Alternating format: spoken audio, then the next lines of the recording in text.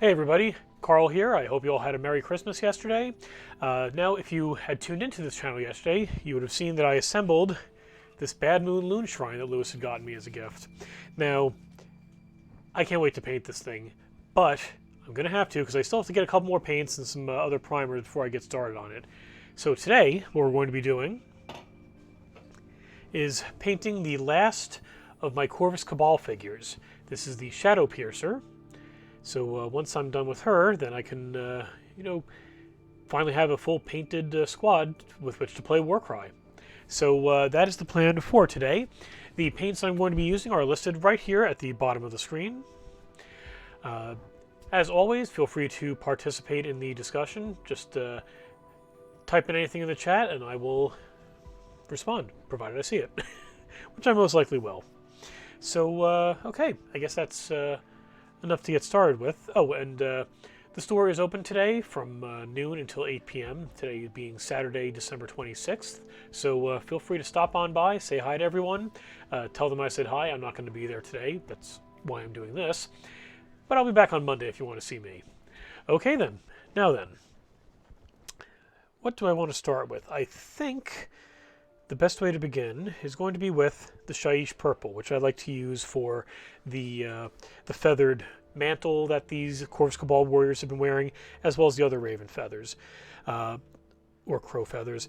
For the crow itself, I'm going to stick with the Black Templar, but for the clothing feathers, I like using the Shaiish Purple. It gives it a little extra flair, shall we say. So let's shake that on up. We're going to be using just a base coat brush for this. I've already primed the figure using Wraithbone White, which is designed for use with the contrast paints, but at the same time it can be used with any of GW's paints, or any paints you happen to be using.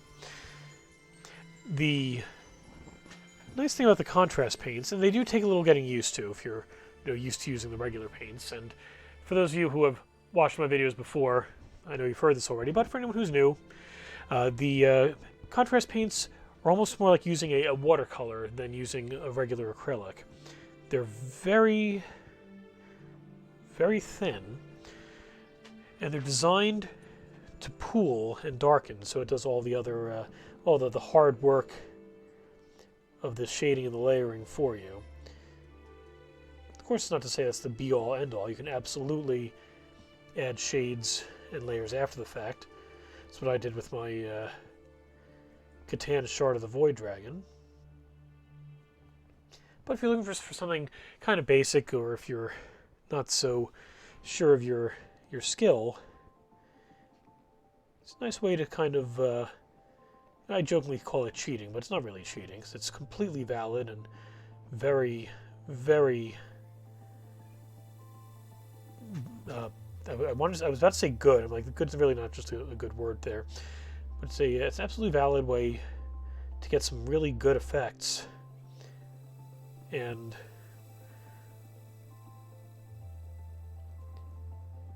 the thing to remember is it's always going to end up drawing darker than it looks. So if you want to get, if you're looking at your figure after you painted the contrast paints onto it, and you're worried that it's a little too light, give it a little time, and then if it turns out after some time has passed and it's dry that it's still too light, you can always put some more paint back on it afterwards. But if you go and really load up the paint on it, and once it's dried it turns out to be a lot darker than you were hoping, there's not really any easy way to lighten it. So it's always better to err on the side of caution. Always go back and adjust things later.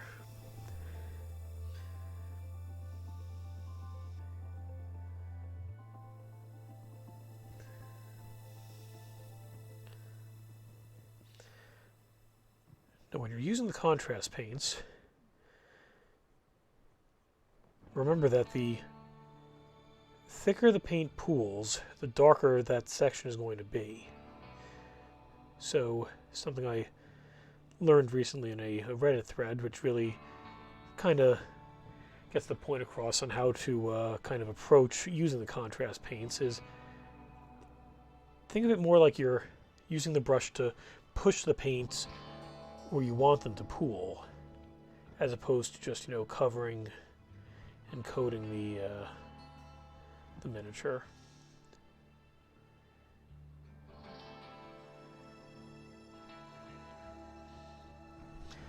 Alrighty.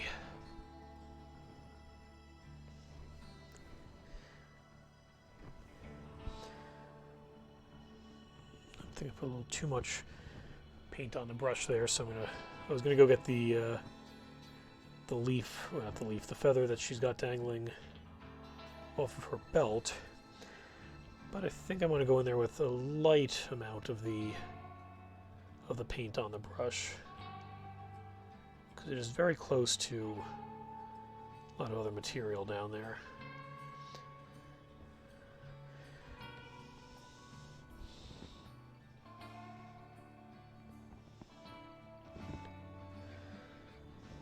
Okay.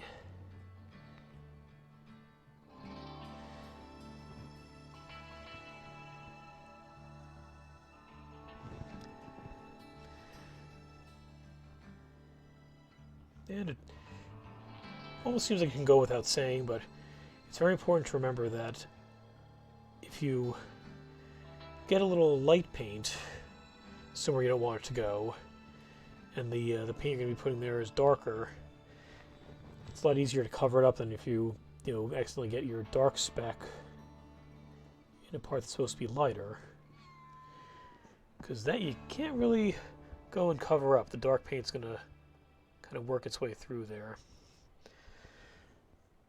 And here comes trouble. I see my kitten has jumped up onto my desk and is now checking out what I'm doing.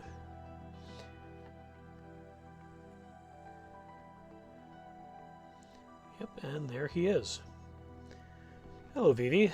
How you doing? You help Daddy paint? Or are you going to cause trouble?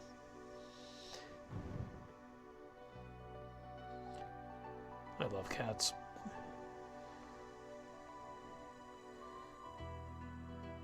Little troublemakers, but they are adorable. And surprisingly affectionate. I know a lot of people like to say that cats really aren't very friendly, and that's why they prefer dogs. But with cats, yeah, they do have a very independent streak. They are very independent, and that's one of the things I really love about them. But if they do like you and they do care about you, they are so affectionate. This little guy, as much as he's messing with the stuff on my desk right now, loves leaping into my lap at night when I'm playing video games on my computer here, and just lying down there and resting his head on my tummy, of which there's plenty of padding and material, and just sitting there and kind of like either looking up at me or just flat out going to sleep. And now he's knocking over some of my toys. Okay, down, boy. Down you go. Alrighty. Oh, almost knocked one of them off of its little stand. I'm going to have to go in some plastic glue and fix that later on. Alright, so we got a few more viewers who have popped on in. Welcome aboard. My name is Carl, and I am the comic manager and social media liaison for the ToyWiz retail store. And every week, I paint some of my miniatures on the stream. Oh goodness, and I just realized I got some of that Shaiish purple on the Shadowpiercer's pants, which are going to be a lighter color.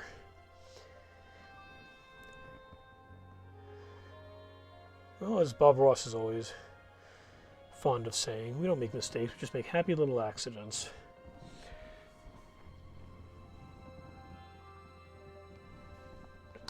Although in this case it really is more of a mistake, let's be honest. Because that's going to be hard to cover up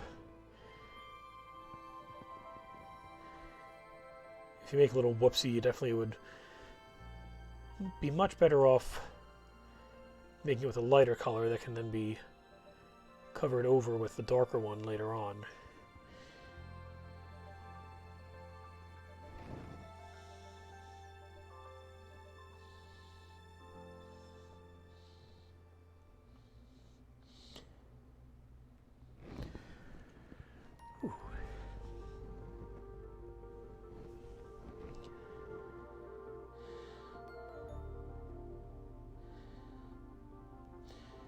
For those of you who may be unaware, ToyWiz is a geek stuff store located in Nanuet, New York. We also have a very robust online presence, which is a bit more just general toy focused. But if you pop on by and visit us in Nanuet, New York, you can find comic books, collectible card games, collectible miniatures games, well, obviously, sports cards, supplies, action figures, statues. And we've got a whole crew ready to help you out. If you have any questions, if someone doesn't know the answer, they can absolutely find the one of us around that does know it. Comic questions, you come to me. Magic the Gathering questions, you go to Chris, you go to Josh. Or me, I know a little bit about it, but not quite as much as they do. I follow the lore a lot more. They follow the actual gameplay and what's good when you're playing the game. Miniatures questions, you talk to Lewis, who is a much better painter than I am, but I'm more the showman, so that's why I'm here.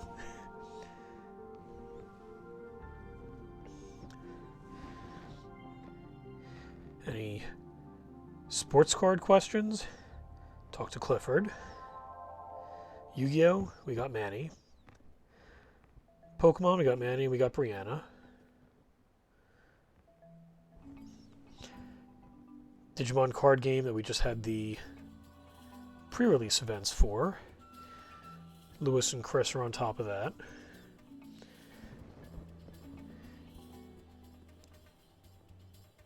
D&D or other tabletop RPGs, talk to me, talk to Lewis.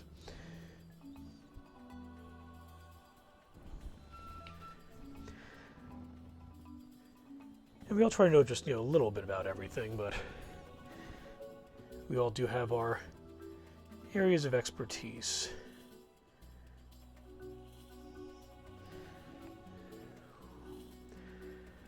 Okay, I have a feeling I'm going to have to put on my magnifier soon.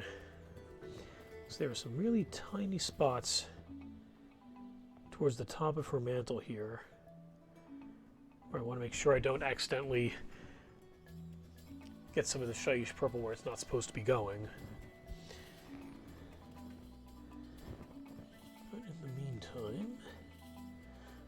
But in the meantime, we love all of you. In the meantime, I'm going to go and take care of some of the larger points still.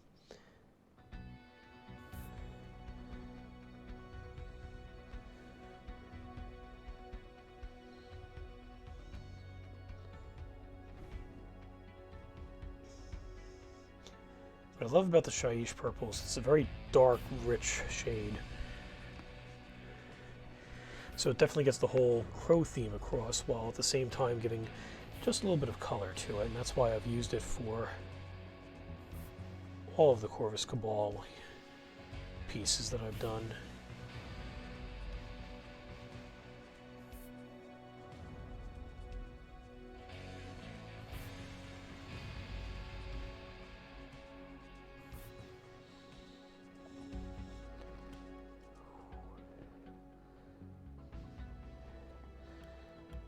Okay, yep, got a little of the, I got greedy there. Got a little of the purple on the leather cord that she's got those feathers hanging off of. But since it's going to be a moderately dark brown, it shouldn't be the end of the world. No, it's not the end of the world regardless. Certainly don't want to put that much significance on, you know, painting a little miniature for my army. But you know what I mean.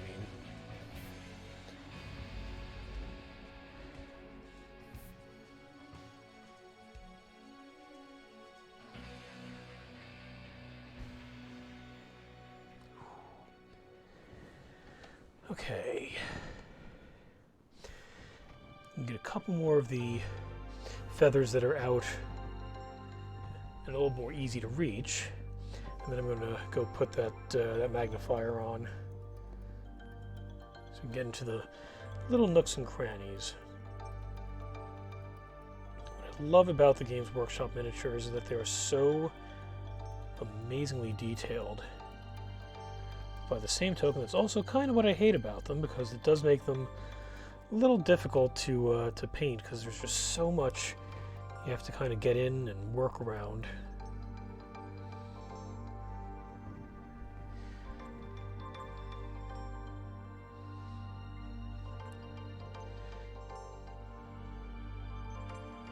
Anyway, if you stop on by and watch this, I would really appreciate it if you would follow our channel here. The more followers we get, the more additional fun stuff we can, you know, do here.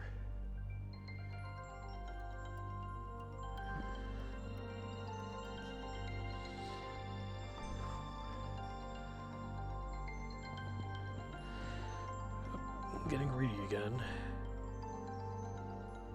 I really should put that magnifier on. Okay.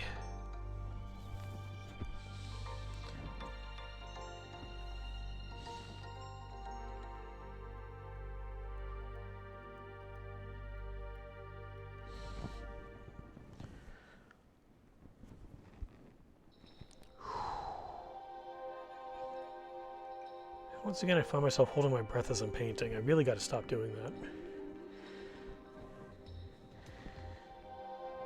You don't want to be passing out while you're painting. And as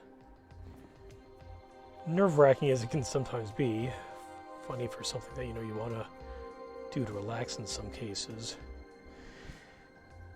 just got to kind of take it easy and not work yourself up too much, and not get yourself too worried about making little mistakes. Remember, it's never going to come out quite perfect. And even the professionals at GW had to take their time and kind of build up their skills before they could start doing the amazing works that you see on their on the box art. Okay. Got my magnifier on, which immediately makes everything a lot more difficult. It helps as well as hinders. You don't want to wear the magnifier too much, because it really kind of skews your depth perception.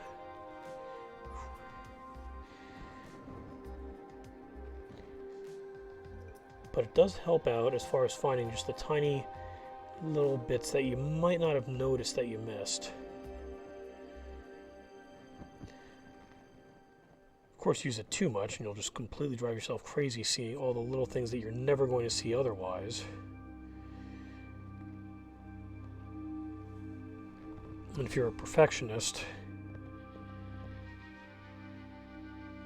you'll find yourself overthinking and overdoing it.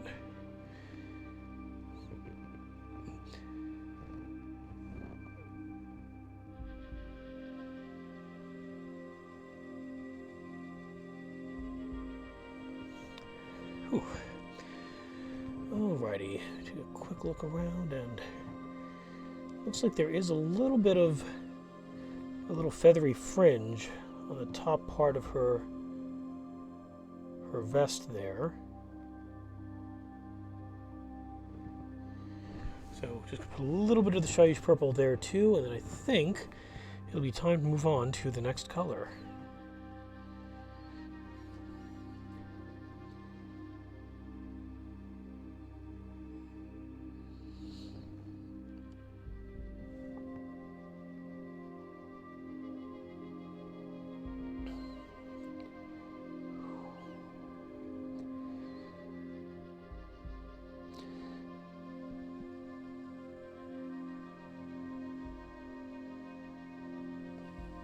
Okay. I think that's a good start. So what do we do next? I think next I'm going to go with the Ultramarines Blue, which I'm going to use for her hood, her vest. So, time to clean the brush. This was always Bob Ross's favorite part of his videos. We don't quite beat the devil out of it here, but what you want to do is, when you put it into the water, whether you're using a mug or one of the official little cups, you want to roll the edge of the brush, roll the bristles up against the side of the mug. And this serves two purposes. Number one, it helps to kind of maintain a finer point on the end because you're helping to kind of shape it so it doesn't go and end up all over the place. And number two, it helps to kind of push out some of the excess paint that may have accumulated on it. So let's tap that down a little bit and then dry it off on the paper towel. Now I'm keeping things pretty simple with these. You can also use a contrast medium to further thin out the contrast paints to get a lighter effect if you're dealing with colors that are a bit darker. But with this army I've been keeping it pretty dark, so we're just going to continue keeping it that way. And we'll just shake this on up nice and get it nice and mixed.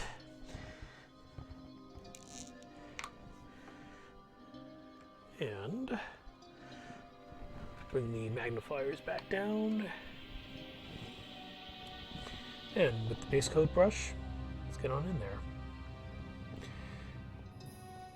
Now, since we are dealing with really small miniatures here, you may be tempted to go and use the smallest brushes possible.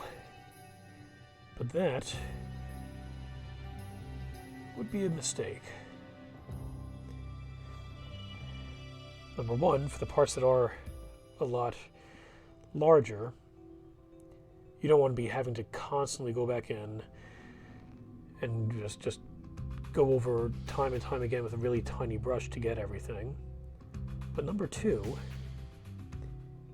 the more you use the brush, and this is going to sound extremely obvious, but I'm going to say it anyway, the more you use the brush, the more you kind of wear it out, and the more it's going to lose its fine point and everything. So that's why you want to save your finer detail brushes for stuff that really requires the fine details.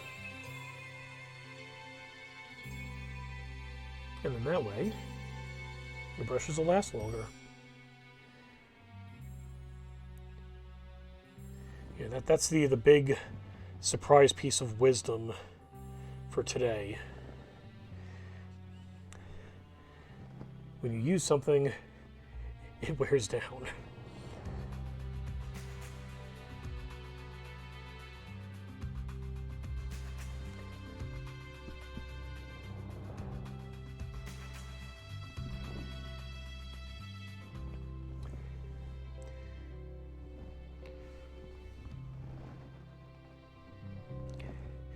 It's always funny how much stuff that you hear and you think, oh, that sounds like common sense, but it just never really occurs to you until you start kind of addressing it directly.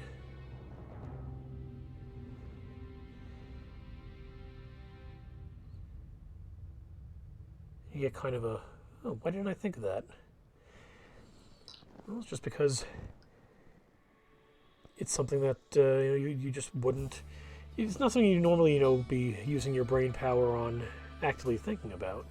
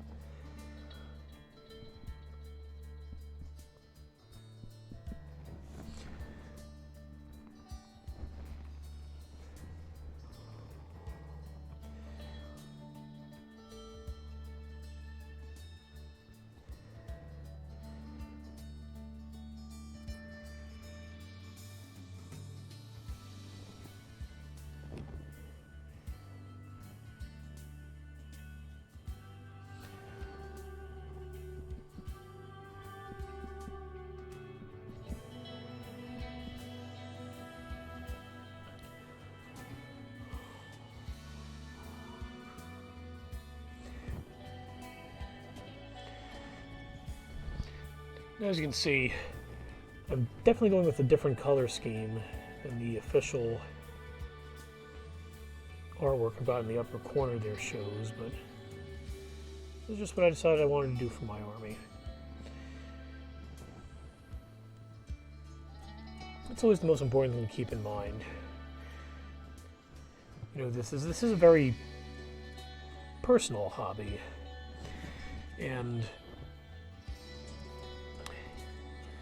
you know, sometimes you can get very you like to kind of express yourself with your armies instead of just kind of focusing on, well, I like playing this type of game style. Sometimes you just like to make you guys stand out and be a bit more you, and that's the great thing about it. You don't need to go with the solid lore for everything. You can make up your own lore.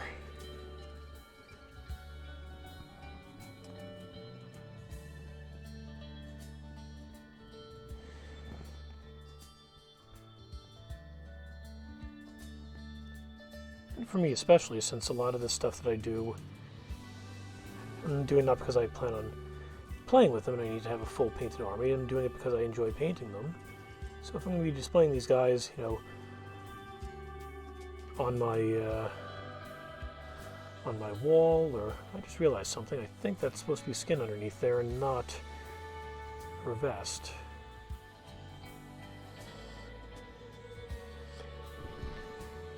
Aha, yep.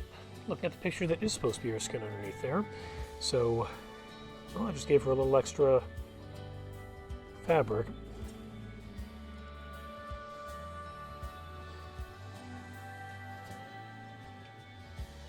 I'm planning on giving her some darker skin anyway, though, so let's see what happens. I'll go back and give that a different bit of a touch-up and see if the paint plays nice.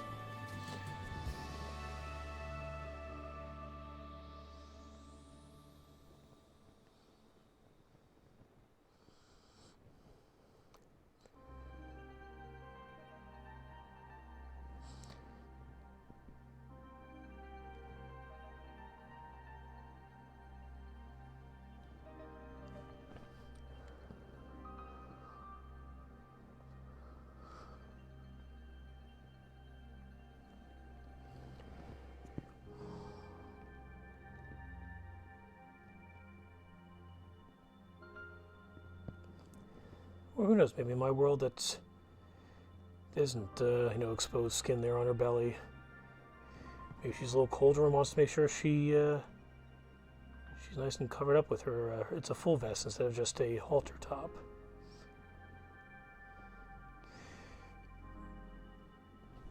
It's certainly an option.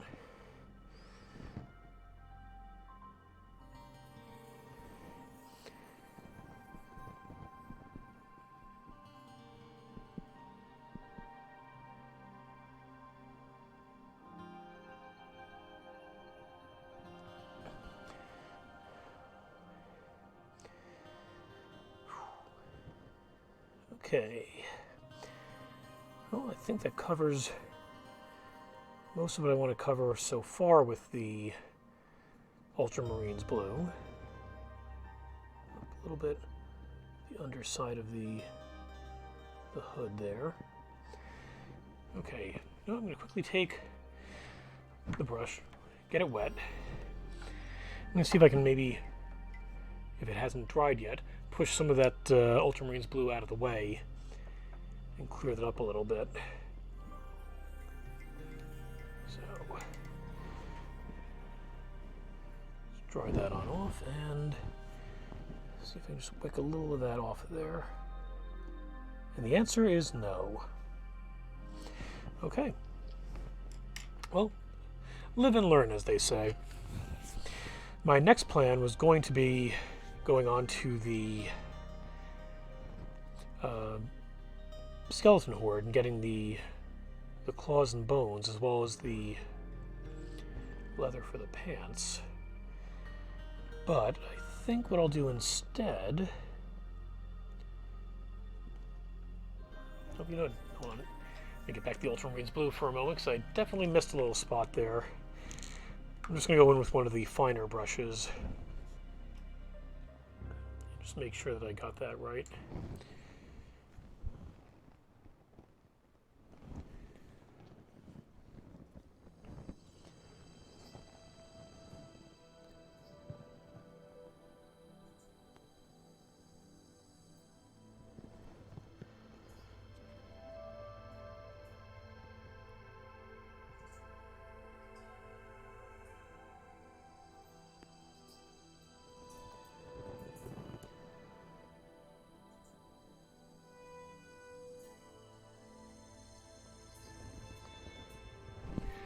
Okay, that's a little bit better.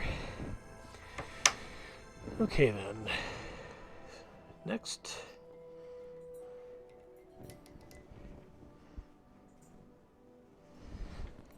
I'm going to move on to the Dark Oath Flesh. Get it all nice and shook up.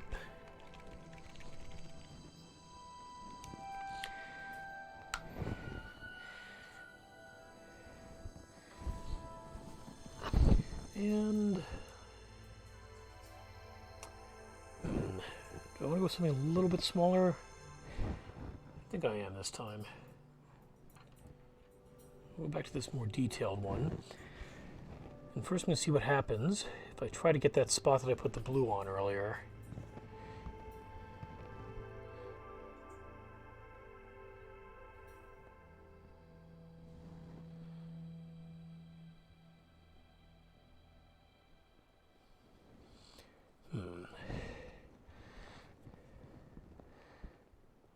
Definitely get some of the darker brown in there.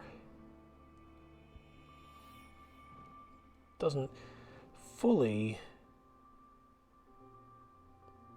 cover over the blue, but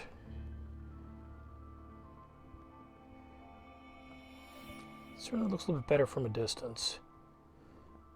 Oh, actually,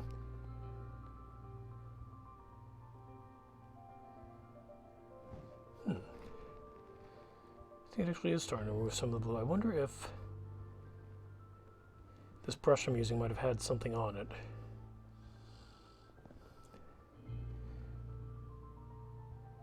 It certainly feels a little stiffer.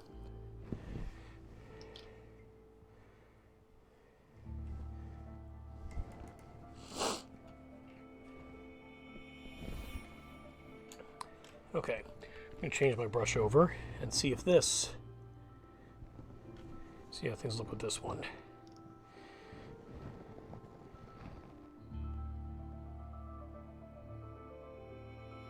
But it looks like it is doing a nice job of covering up my little blue mistake earlier.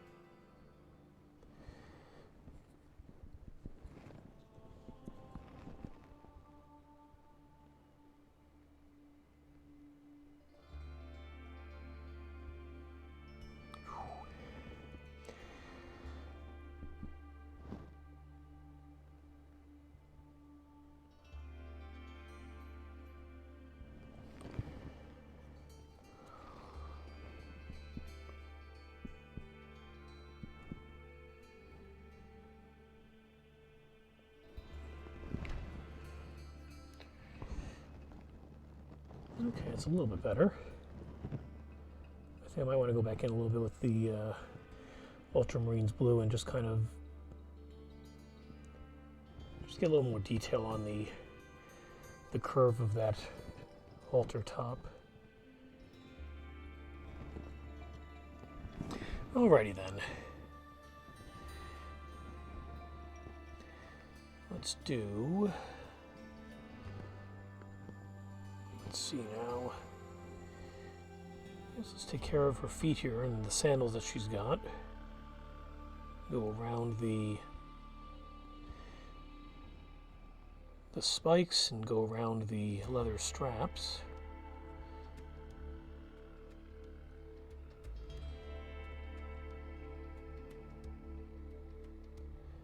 And around the metal plates.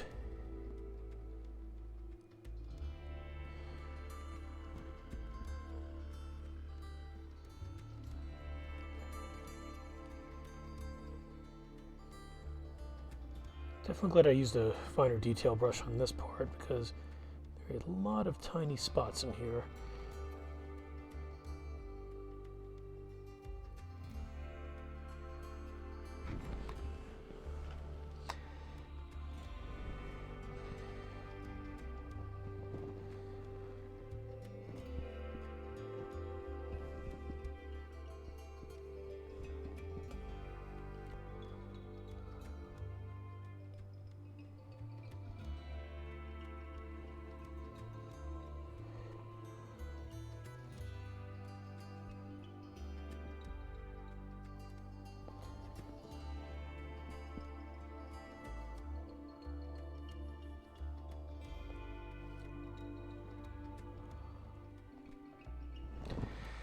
Whew.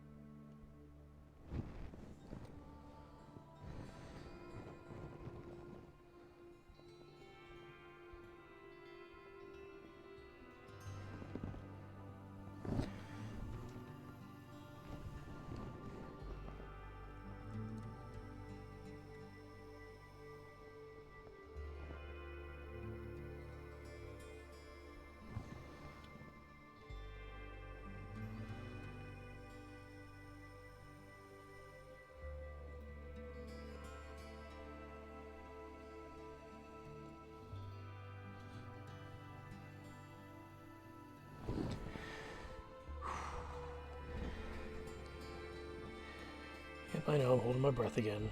Really got to stop doing that.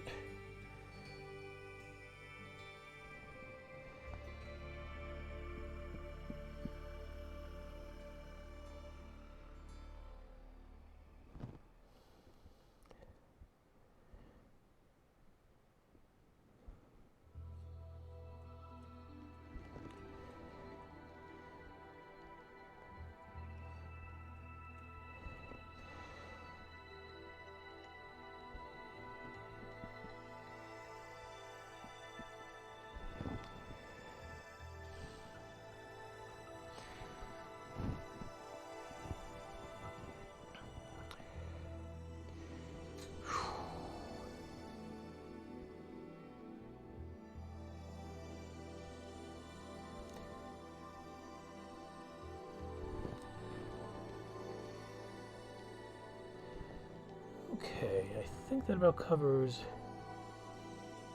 her legs and feet there.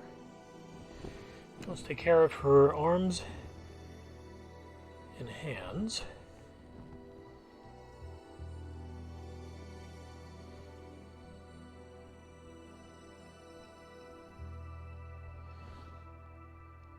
Yes, whenever it comes to like the fingers, that's where the utility of the contrast paints, I think, really shines, because it gets in there and it really helps by providing additional shadows between the digits. Really kind of causes them to stand out from each other, and it just looks amazing.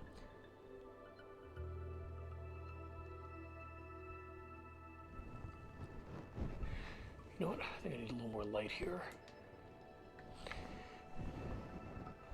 Okay, that's a bit better.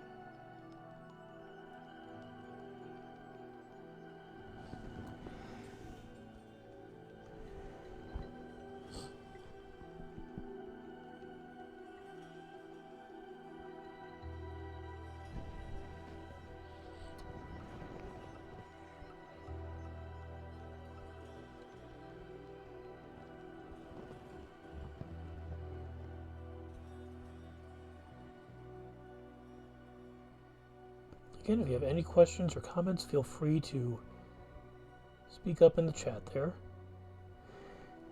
And I'll be happy to answer your questions, whether it's, just kind of general pleasantries like how's it going, or criticisms like what the hell are you doing there, you just ruined it.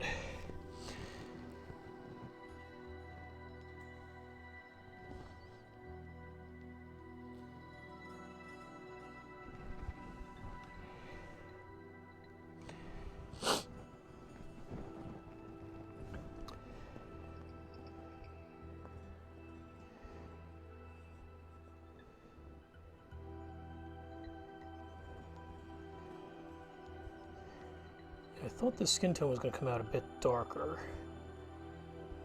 It still works.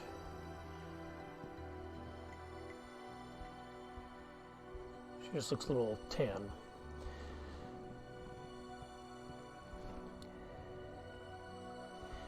Or the first of the Corvus Cabal units that I painted, before I really understood the contrast paints, came out with such a rich, dark skin tone. It looked amazing. So maybe I'll just put another... I can always go back and put another layer on.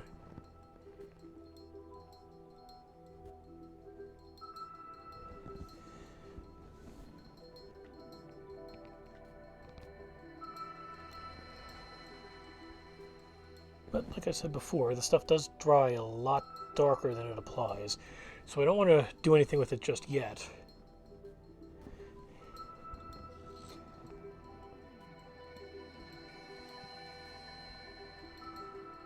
You can already see the change coming around on the arms that I've already taken care of, and her belly.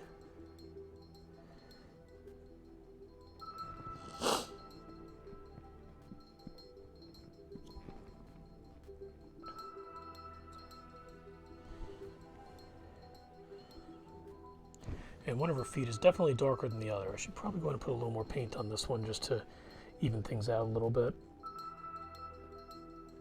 Again, I don't want to go too crazy because, like I said, it's still drying. When I go back and look at it later, it will be a lot darker than this.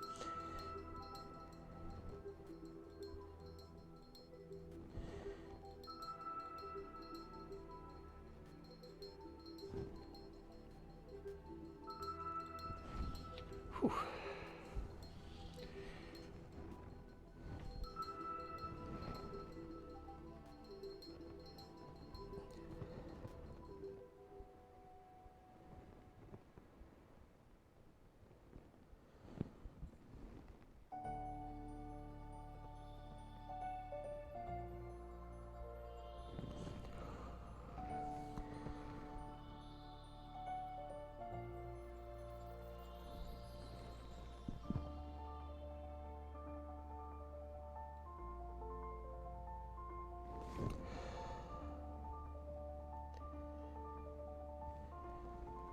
And always remember to breathe.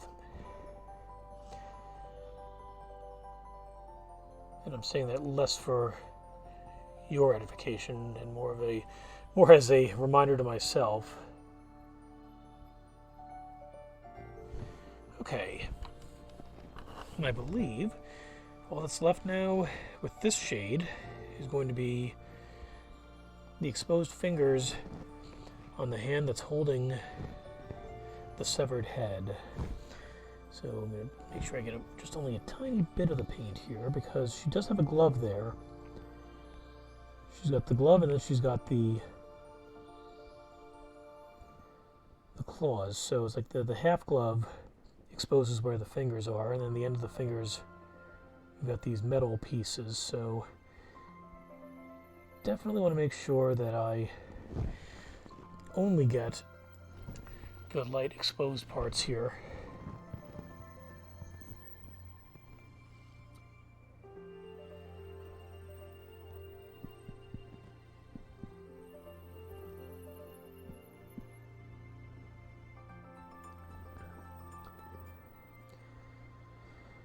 And I think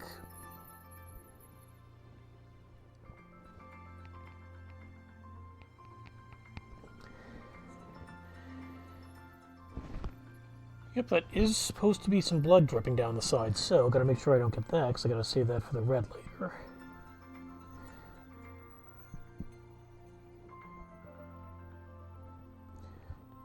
I said this a couple weeks ago as a joke, and I'll repeat it again now in case you hadn't heard it. But that's this channel. Bob Ross with Gore.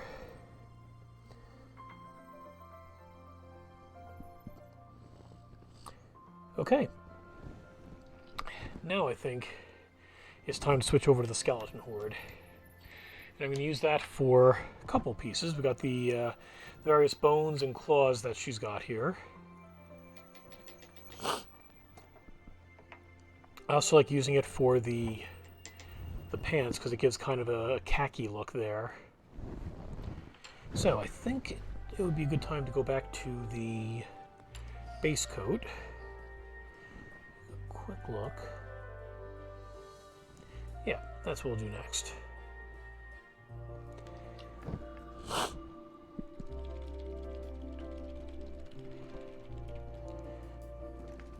Shake that up nice. And here we go.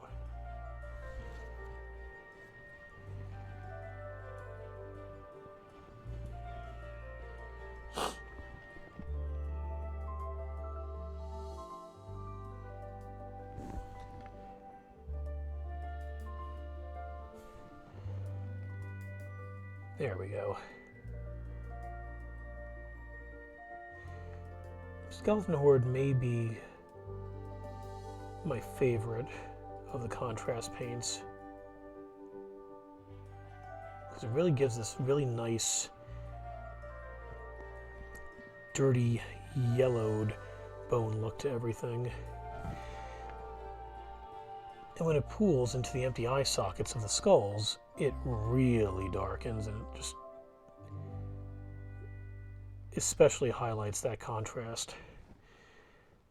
Like, you want to show someone what the true contrast in the contrast paints is, Skeleton Horde is the way to go.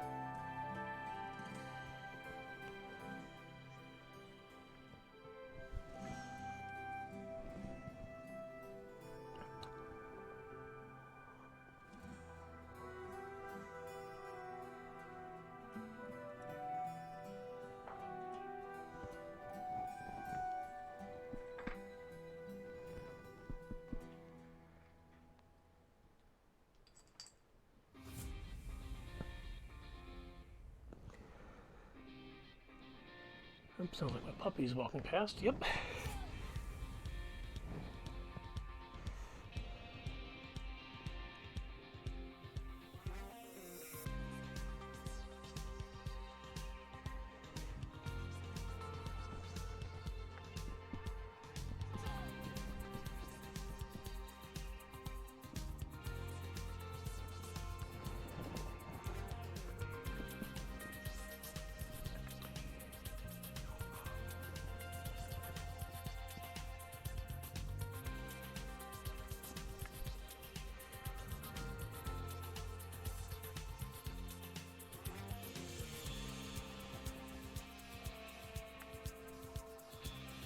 I'm thinking maybe what I'll do, instead of using the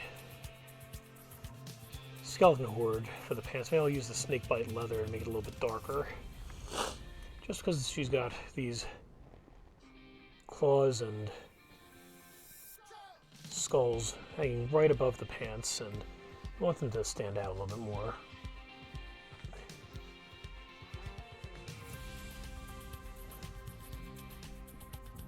So I think Snakebite Leather is the color I'm going to go to next. And then for the belt and the other straps, maybe I'll use the Wildwood for those.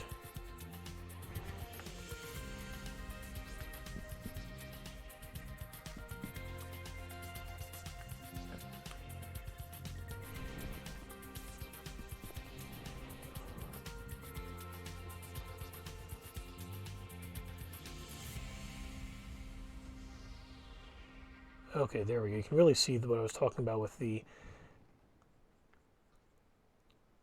skeleton horde on the skull here on the top. Though it's might be a little tough from where it is right now. We can see that those eye sockets are considerably darker than the yellow bonish color around them.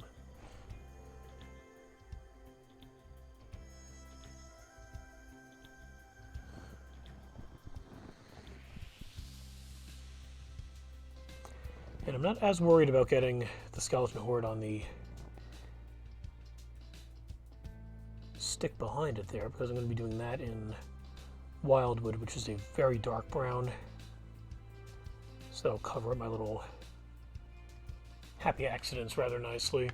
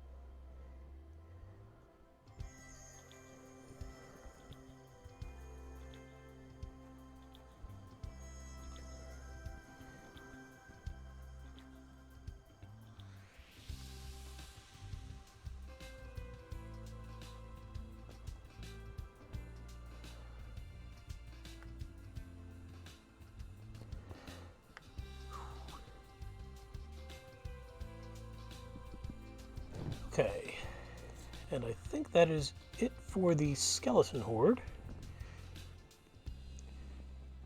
So now we'll move on to the Snakebite Leather.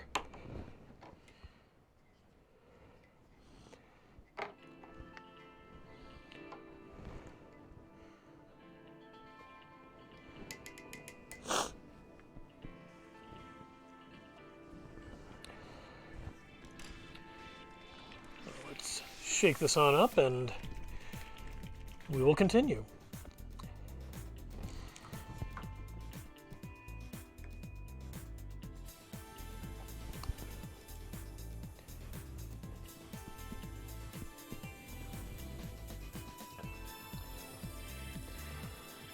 So I think I'll start with, I want to keep the Snakebite Leather for the bracers she's wearing, so we'll put some up here.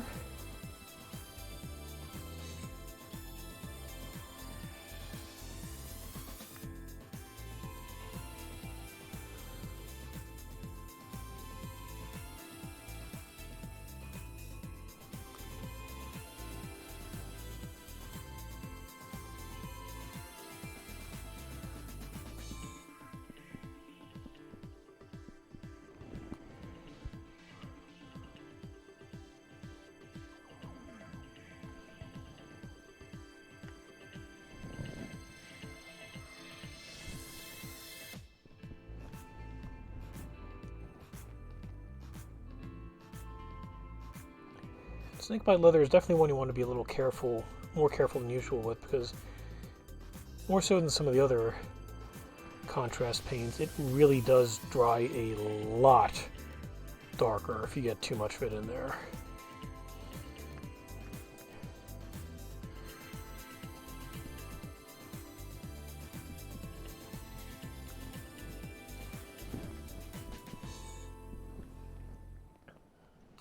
Okay, I think I got a little too much on there, so put a little on the pants first just to remove a little bit of it from the brush. And I'll continue on with the other bracer.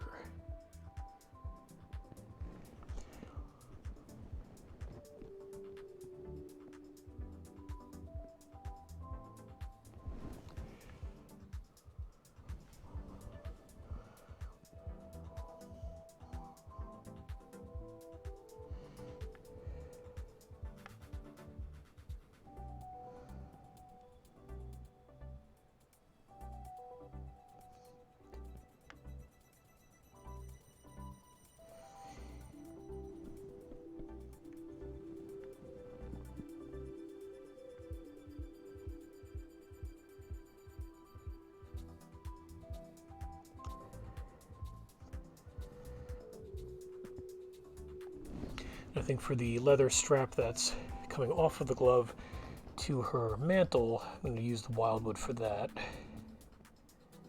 Again, just want to make sure I get a little bit of variation in the color, so it's just not the same shade on top of itself.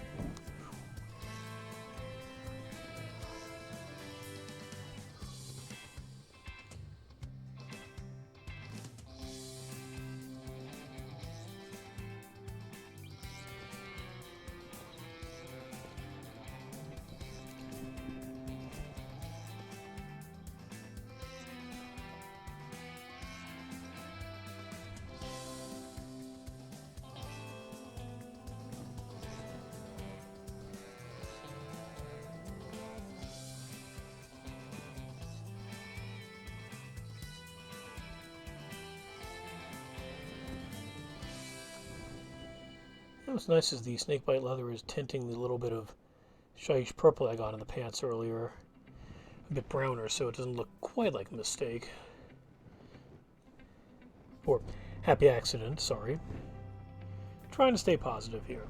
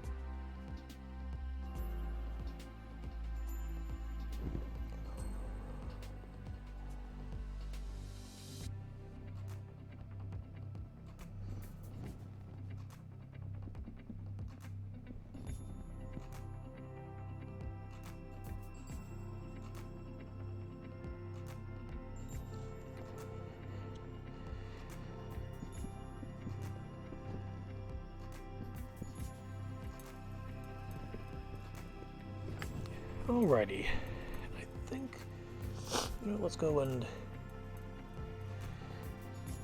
going to keep Snakebite Leather for the straps, holding our mantle in place here.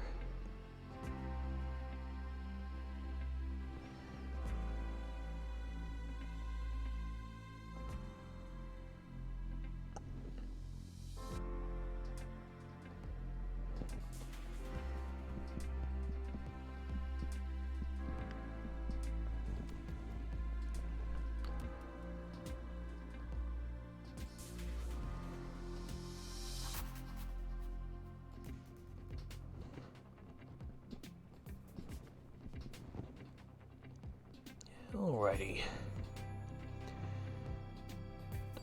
I think that is good for this color. So next I think I'm going to go with... I'm going to quickly switch over to the Guilliman flesh to take care of the severed head.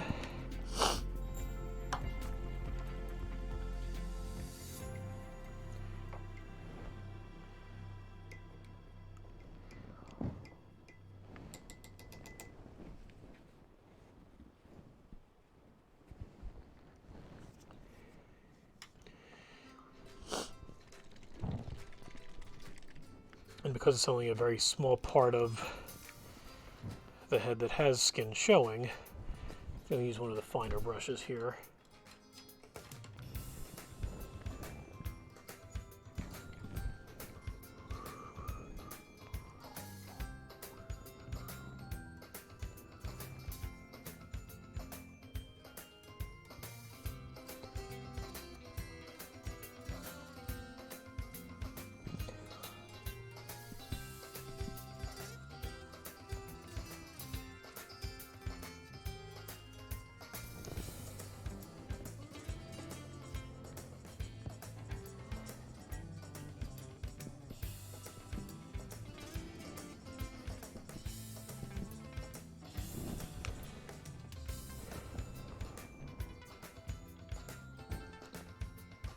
Oops, got a little too much on there.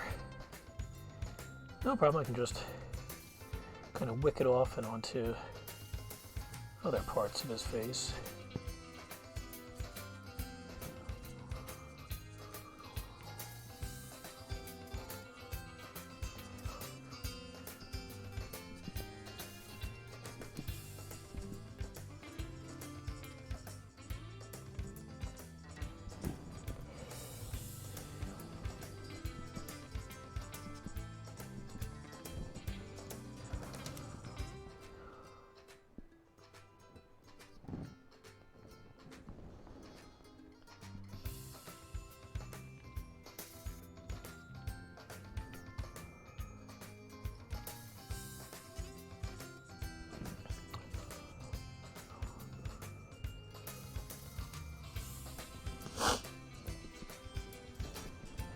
Okay.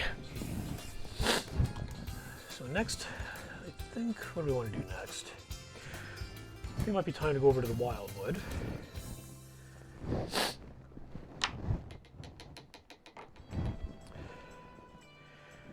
Which I'll use for the remaining leather straps, for the handle of her weapon, the staff that she's got in her back that she's got the crow skull on top of,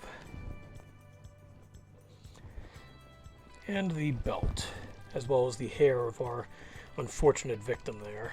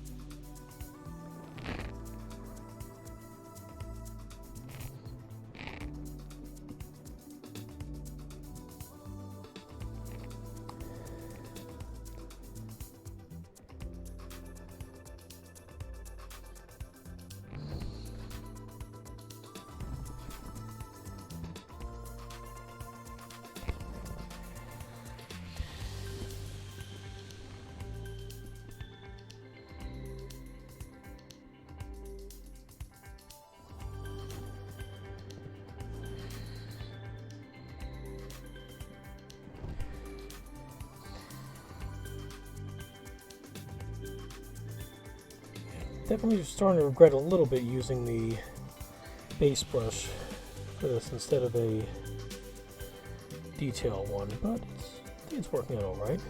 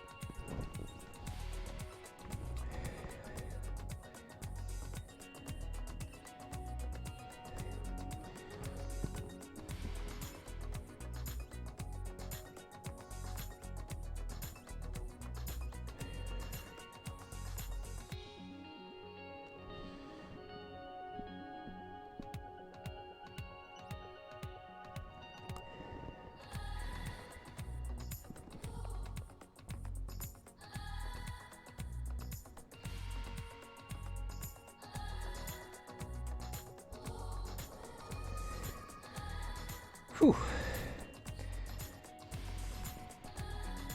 I'm definitely seeing a few places I gotta go back and just kind of touch up with the Shaiish purple.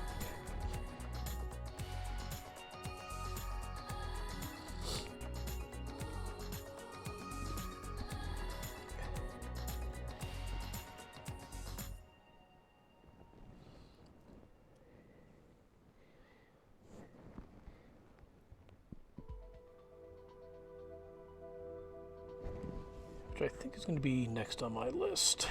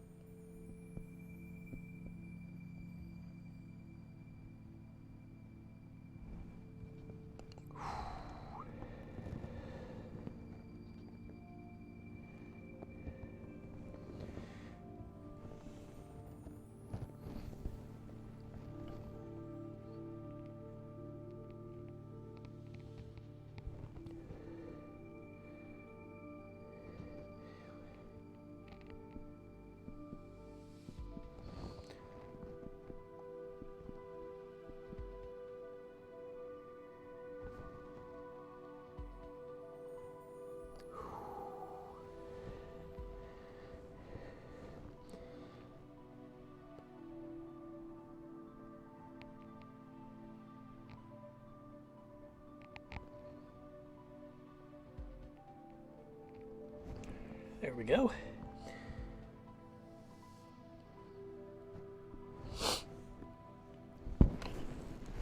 Alrighty. I think next, let's do the corpse's hair.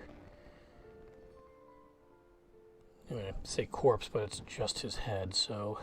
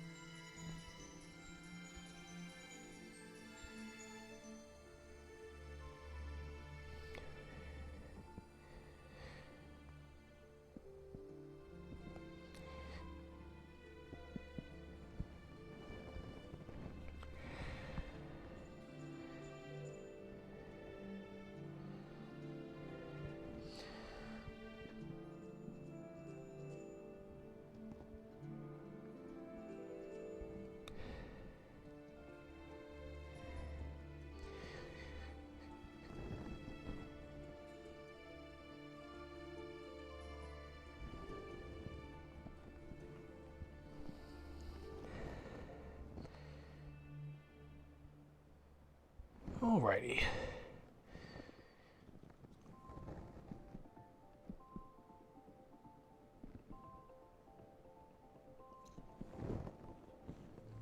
Next we've got the belt.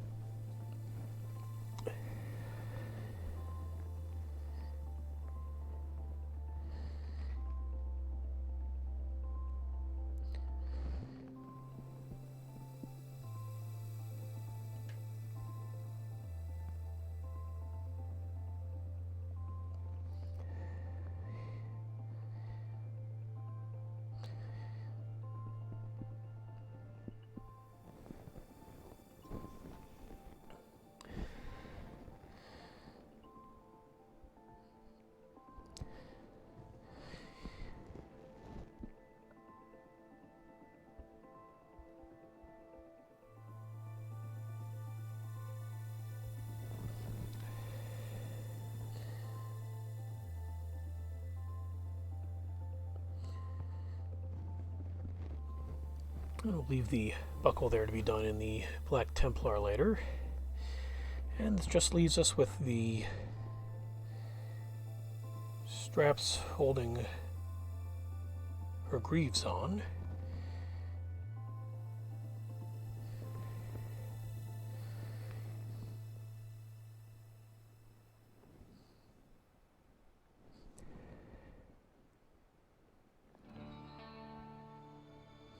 You know what, I think I'm going to switch over to the detail brush for this one.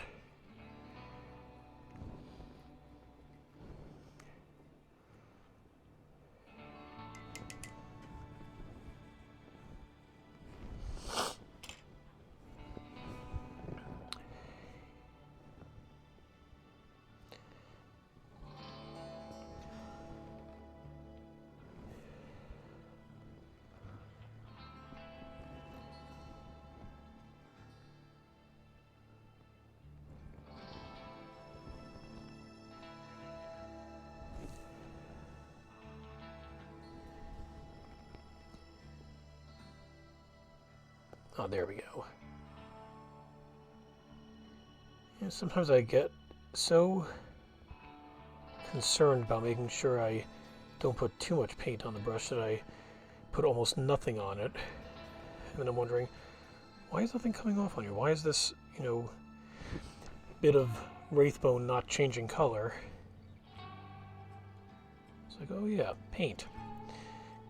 Kind of need it.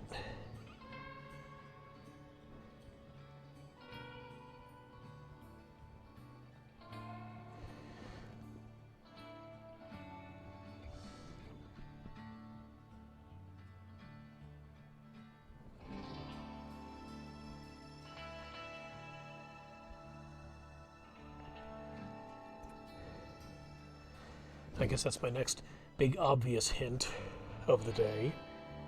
You can't paint without paint.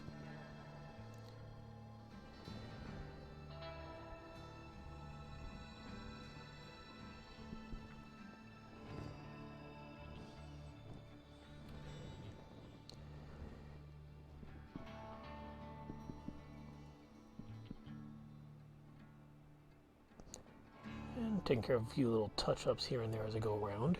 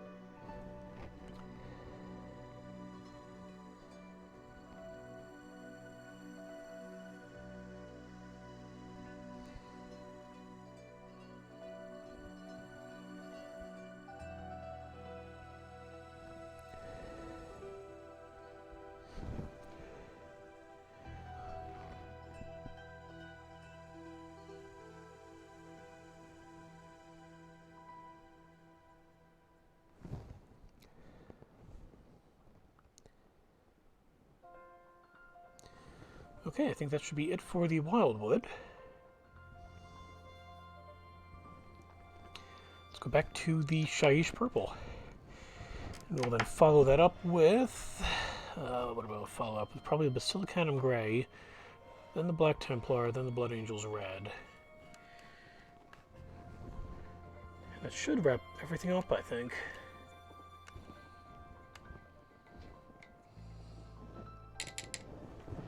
I'll be honest with you right now, don't think this is going to turn out to be one of my better ones. But that's why I keep doing this. Got to keep on practicing, keep on trying, and work everything on out. And best to get my mistakes out of the way now, because I really don't want to make any mistakes when I get to that Bad Moon Shrine. It's like my experience with the Catan Shard of the Void Dragon. That, I think, came out amazingly.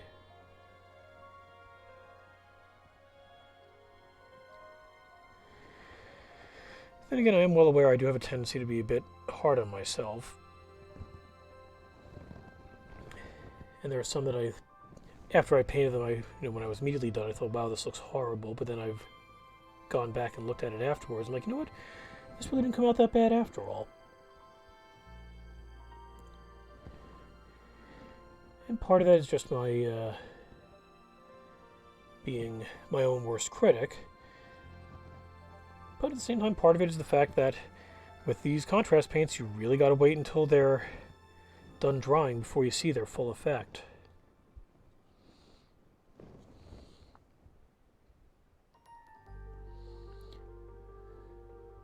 So the key, as always, is to just keep at it. Keep doing your best, and you'll see your improvements over time.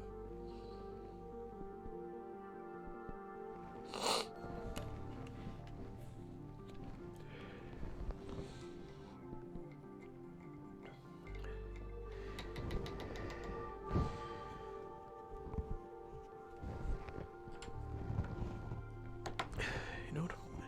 I'm also going to go back and just quickly redo a little bit of the Ultramarines Blue, because I saw a spot on her hood that I gotta fix.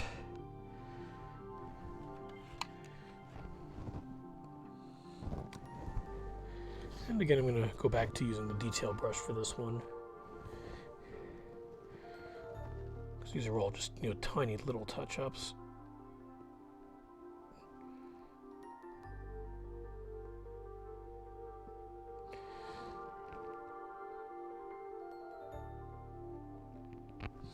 And yes, I know tiny little is redundant.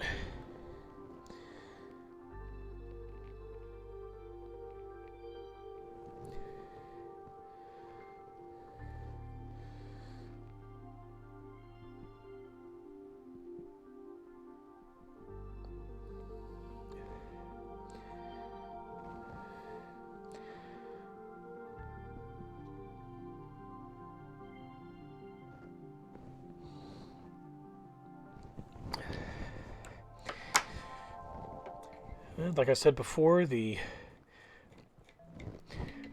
magnifiers are certainly both a bonus and a bane, because I'm just finding all sorts of little spots that I missed that probably wouldn't be as noticeable if I were looking at this without them.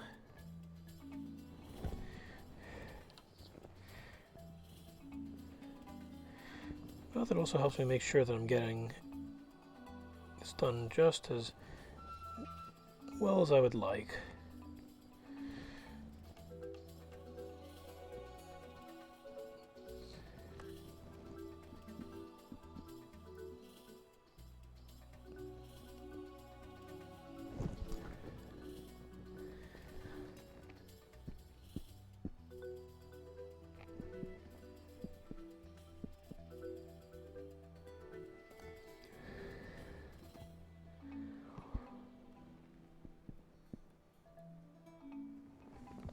Okay, now I think it's time to get to that Basilicanum Grey.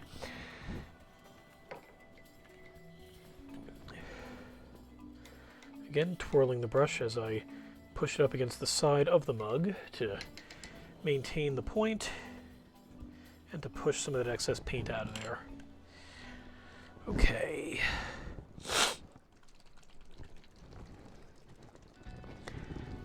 Now what I like about the Basilicanum Gray shade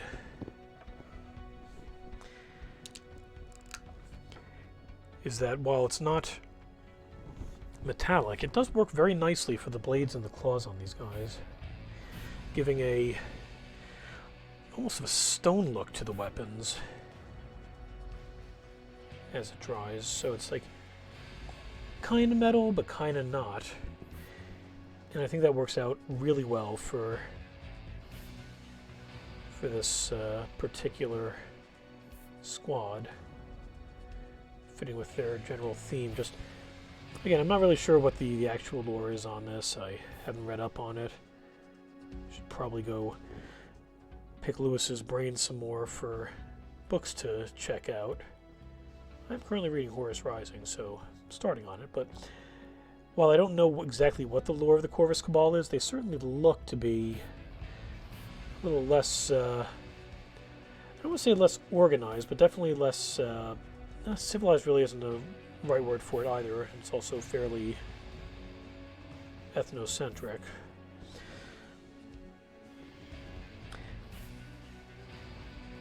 Again, I don't want to say primitive either, because that definitely seems like I'm casting a judgment on it. But I think you kind of get what I'm trying to get at, even though I can't find quite the right words for it. And by making the weapons look a little stonish, it continues to get that wilder nature of them down. Wild, that's the word I should use in the first place.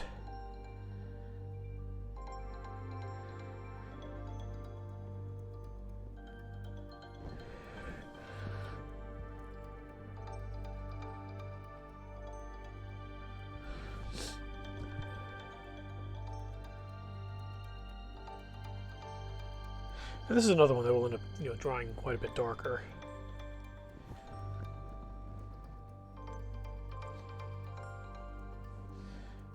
Now, while I like using the Basilicanum Gray for the metal and stone stuff, as far as the weapons go, on some of the other pieces I've done, I like using the Griff Charger Gray for stuff that's stone, but a little more natural, like worked on, because it has almost the Griff Charger has almost a kind of a green tint to it, which works really nicely for to give like stones in the ground look like they maybe have some moss or lichen on them.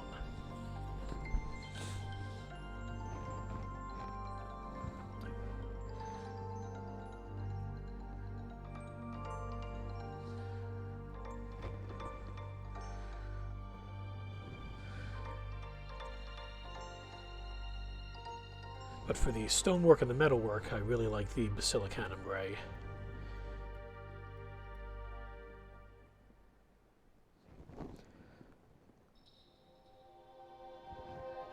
If I want something to be more overtly metal, GW does have the metallic paints as well, which I use to, not to chew my own horn, but pretty good effect with the Catan Shard of the Void Dragon.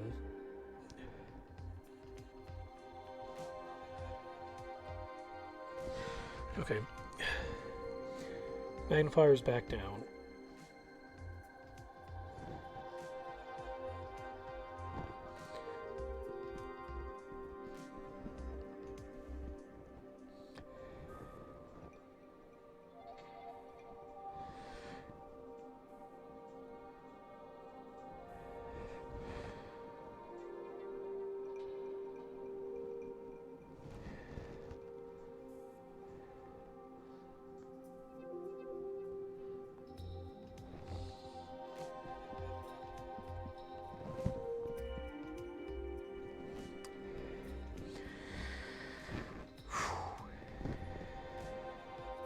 Yeah, I really love the way that sword looks.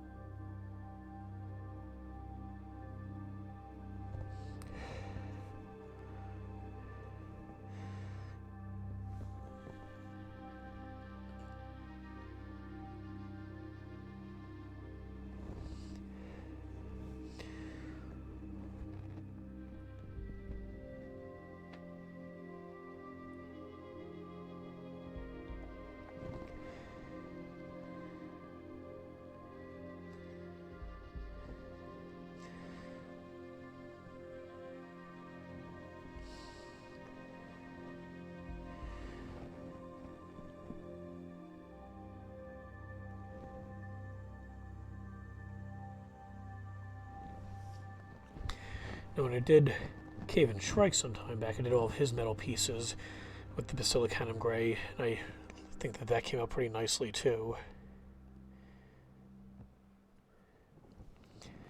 The Grays definitely have some really good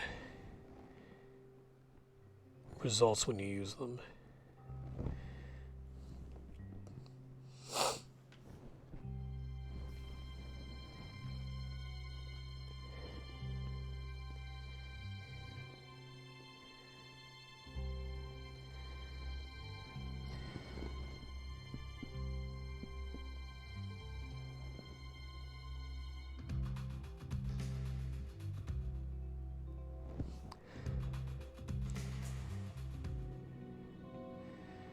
And like I said before, you know, once I give it a couple days, once this is done, I'll probably feel a lot better about the job I did on it. So, that's something to look forward to. I remember last week when I did Molig, wasn't overly thrilled with the way that she came out, but once everything dried, she looked a hell of a lot better.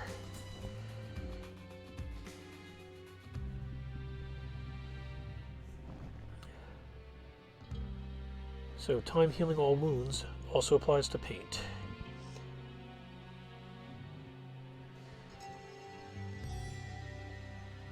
Something I didn't mention earlier, but you need to definitely keep in mind when doing when using the contrast paints, is that the brush strokes can end up being very, very visible. So be very careful that you're not, make sure you're smoothing it out a bit, unless you want a specific look going on with them.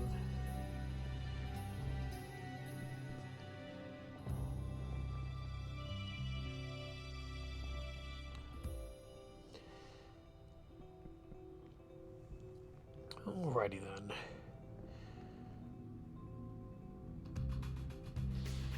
I think next up, just quickly go back to the Dark Oath flesh and just touch up a little bit on her hand. And then we move on to the Black Templar. And I think we're getting very close to the end here. Hey, Dr. Red, thanks for joining us today. Chat's been fairly quiet, but we've had a few people that have been tuning in and watching, which I'm always thankful for. How was your Christmas? Dr. Red is a friend of mine who used to work with for a while at GameStop, and then he was living with my best friend for a bit. And he has a channel where he plays primarily Fallout 76, but he's also been doing a lot of Cyberpunk lately, although, I don't know, have you been streaming that? That was a lifetime ago. That was quite a while back.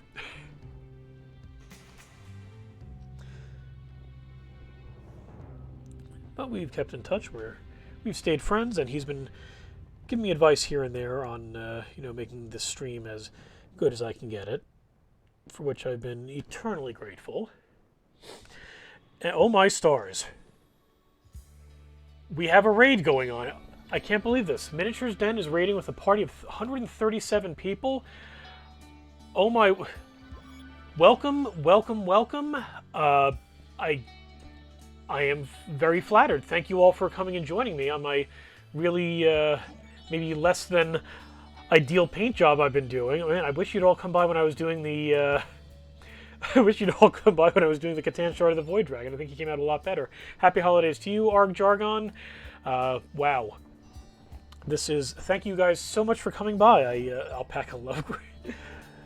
Alpacas are really nice. I will absolutely agree to that. Thank you all so much for coming. Thank you all for the follows. Wow, I'm as soon as I'm done with painting here, I'm definitely gonna have to text up the boss and be like, "Hey, you'll never believe what happened today." So yeah, welcome everyone. Thank you so much. Hold on a second. Let me just scroll back up. Who was it that launched the raid again? MiniaturesDen. Thank you so much for bringing everybody on in here.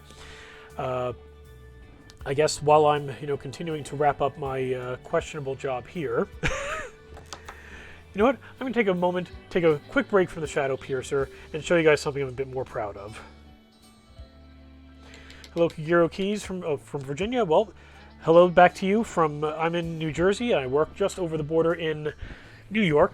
Kitty Calamity there is, well, she's one of our employees at ToyWiz as well. She handles a lot of the card stuff in the back office, and she is wonderful. Let me tell you a little bit about... Hey, hi from Orange County. Orange County, you're not that far from us, I don't think. Come on down to Nanuet sometime and say hi. ToyWiz is a geek stuff store in Nanuet, New York, right across the border from New Jersey. And we carry miniatures games, collectible card games, toys, comics, a whole bunch of stuff. And we have a wonderful crew that's very knowledgeable. We love when people come by and just hang out. Yes, please feel free to follow our channel. I periodically do these, on a weekly basis I do these streams where I assemble and paint various miniatures. I don't really play the games myself, but I do love just collecting. This one I did a couple weeks ago. It's probably the one I'm most proud of. It's the Catan Shard of the Void Dragon from the Necron army from 40k. Definitely working out a lot better than my Shadow Piercer is doing right now. Hero Keys, when things are better, gotta come visit. New Jersey's a fun drive away. Well, we'd love to have you come on up. Our guy Lewis is our miniatures expert, and he would love to get a game in with you. That goes for any of you guys. You're always welcome to come on down to ToyWiz, and thank you again. Next week, I'm going to be starting on the Bad Moon Loon Shrine, which I just assembled yesterday on the stream. This is one I've been looking on for a while, so one of my co-workers was nice enough to pick this up for me for Christmas. Interesting take on the Lightning, also painted the same model. It is a gorgeous model. It was so much fun to paint.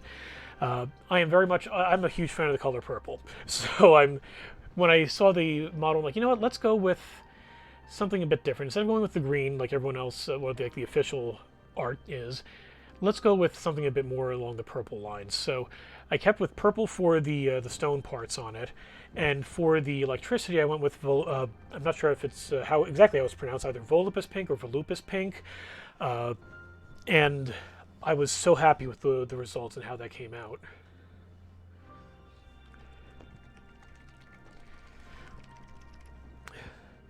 And well, you guys came towards the tail end of my stream today, so I'm almost done with I was saying earlier, this isn't quite the best work I've done so far. Actually, I think out of all my Corvus Cabal warriors, the Shrike talent I did was probably the best one. But, once it's dry, I think it'll look a lot better. Doing Necrons with energy fluorescent pink. Ooh, that should look really cool. Definitely, pop on by our Facebook page, facebook.com/ToyWizCollectibles, or add us on Twitter at ToyWiz Store, and send us a picture once you're done with it. I'd love to see how that looks. Can you show the Void Dragon closer, please? Absolutely. Be very happy to show that to you. And thank you again to everybody who's following with this. Oops. So let me.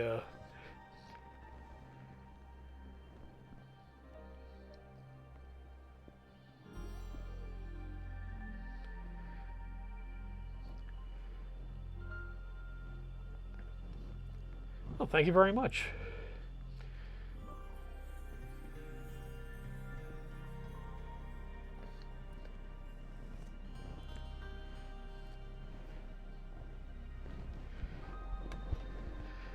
Thank you. I can't tell you how proud I was of that one.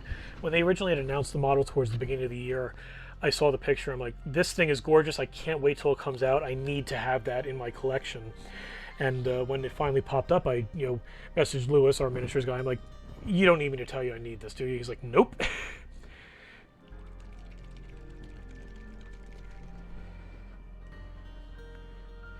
Alrighty. Goodness, now I'm starting to feel a bit more self-conscious. I've been streaming this whole time now with a nice small crew, and very much appreciative as always. But now, oh goodness, I'm on the spot. But again, thank you all for coming. I really appreciate that, and I hope you enjoy what you're seeing. I hope that I'm not screwing this model up too much. And I'd love to see any of you guys pop on by the store if you're in the area. It was great to see people pay models. Oh yeah, it's that Catan Shard of the Void Dragon. I was so excited for it. And I'm also really excited to get to the that Bad Moon Loon Shrine next week. So that should be a hopefully an entertaining stream. And that one's probably going to be done over multiple weeks because that thing is enormous. But yeah, I got to pick up a few more paints before I can get to that one. I got to get some gray sear to prime it with. A little long trip from Finland. Oh wow. Well, no, that's not really an excuse. We have planes. Once once the pandemic eases up, maybe come on by and pay a visit. Actually, I had a gentleman from the Netherlands in the stream yesterday, so. Welcome to you to the ToyWiz stream, and greetings from the U.S.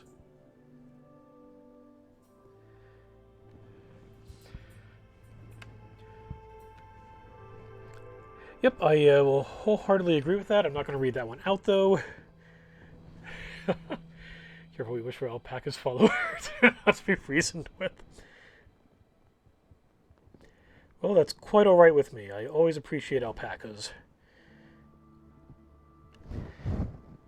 Not quite as nice as kittens are, but they are still wonderful, wonderful animals.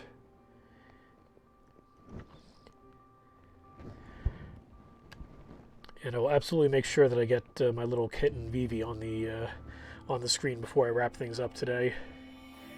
He was jumping up and checking to see what his daddy was painting earlier, but thankfully right now he's...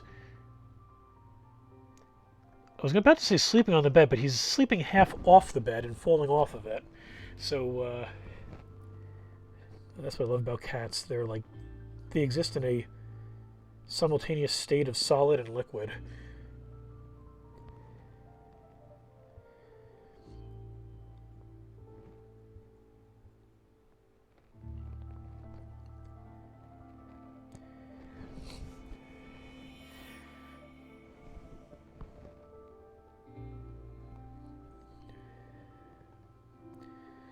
Oh, while I've got you guys here, I might as well also help plug some of my friends. Dr. Red, who was up there earlier, has a channel where he covers Fallout 76. And I know he's been playing Cyberpunk 2077 lately. And my good buddy Fate, actually a former roommate of Dr. Red, goes by F8_GG, and he covers the game Super Animal Royale, and he's actually running a tournament today. If you guys want to go check that out, he also runs Stream Raiders, which I'm hoping to be able to do as well. So thank you, Dr. Red, for jumping in there. Please hit the follow button, even if you don't plan on ever popping back and seeing us, just so I can maybe get some other special stuff going on around here. And of course, I do hope you do enjoy what you see here. I'm working on still kind of building things up. We've been doing major renovations and revamps with the store and kind of like changing our focus on things. So I've been trying to get a lot more content going on. And actually, I might as well also mention free and easy way to support the channel. Yes, thank you, Dr. Red. I will say that one more time. Just clicking on the follow button is a free and easy way to support the channel. Thank you. And a good way to show the bosses, absolutely. The boss knows we definitely want more online content, and we've been doing more videos for our YouTube channel, where I also post the replays of these. But it's definitely nice when you can show results.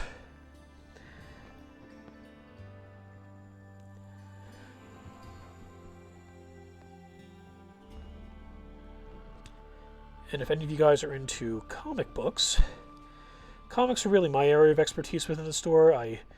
Obviously I enjoy painting miniatures. Don't really play the games because I'm not a huge strategy gamer in general, and that goes for even with video games, not just tabletop minis. But I love painting the miniatures. But my main thing at the store is the comic stuff, and I'm actually going to start doing some comic content on this channel. Oh, I guess, yeah, that was Vivi running past. Vivi is named after the Black Mage character from Final Fantasy IX, of course. And his middle name is Alphador, named after Janus's cat in Chrono Trigger, which is my personal favorite game of all time. Oh, but getting back to the upcoming comic content, on January 5th, that's a Tuesday, at 8 p.m. Eastern Standard Time, I'm going to be doing a little, oh, absolutely the best way to do it. That's one of the primary reasons I decided I wanted to get a black cat. The main reason being that a lot of them tend not to be adopted as much because people are superstitious and think they're bad luck. But the other one is that I needed a cat that looked like Vivi to name them Vivi.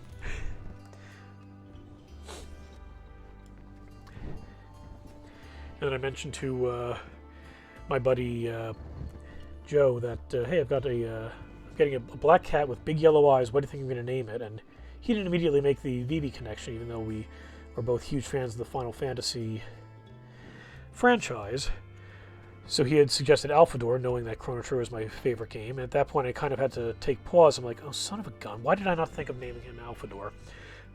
So to kill two birds with one stone, I decided that Alphador would be Vivi's middle name.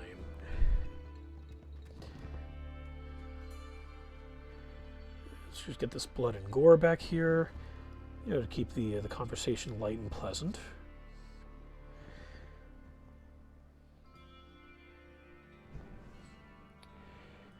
Ah, nice. Which of the Final Fantasies is your favorite?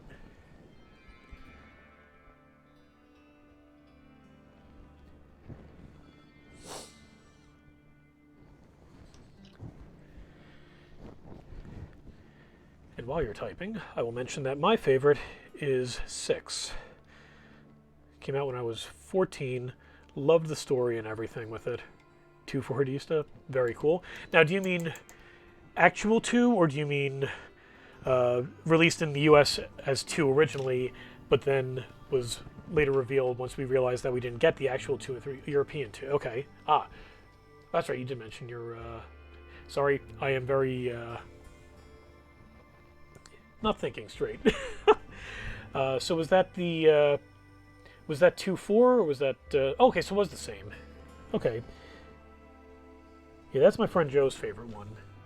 I was a huge fan of 3/6, with 9 being my second favorite, primarily because of Vivi. I want to love 15, but I think there's so much missed potential. You know, what I think about 15 is that it's an amazing story told very poorly. You had a really fascinating villain. You had, and honestly, the only thing that really kept me going and playing the entire game, amazing chemistry among the main characters. But a lot of it was just kind of, it felt rushed in some places. In some ways, the open world nature kind of detracted a lot from the story. And all of Arden's backstory, DLC notwithstanding,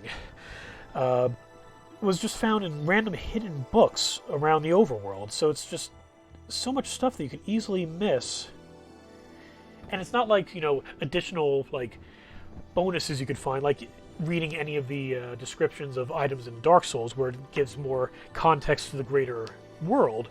This was major plot points that were being hidden away and completely just glossed over.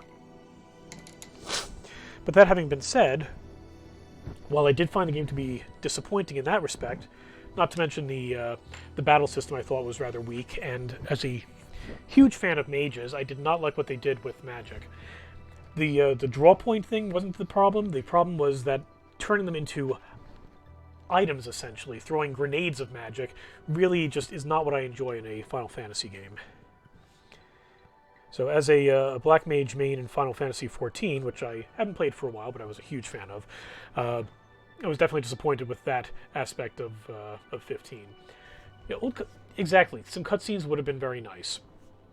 And I may be in the minority on this one.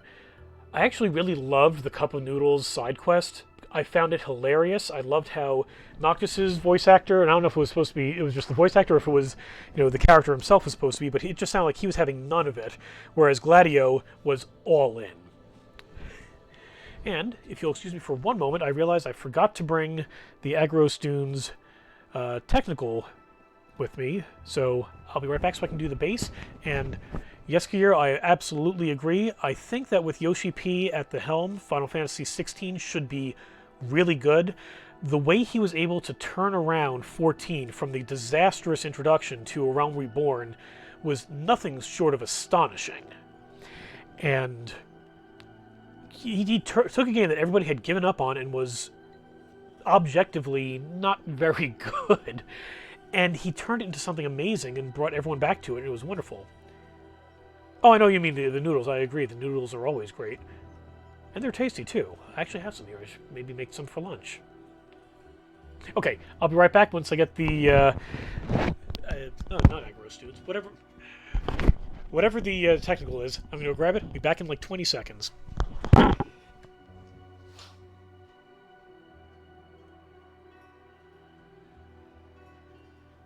Ah, Grelin Badland. That's what it was. Alrighty. Don't need the magnifiers anymore. Roasted pork and veggies. That sounds tasty.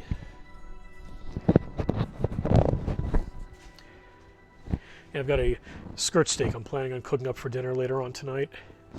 Why am I shaking this? This thing's solid.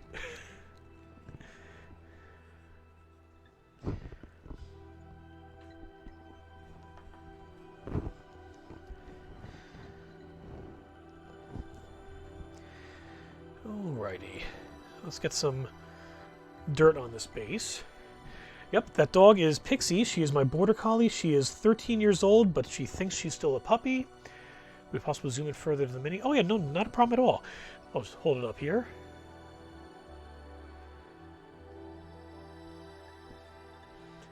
Like I said, not one of my better works, but not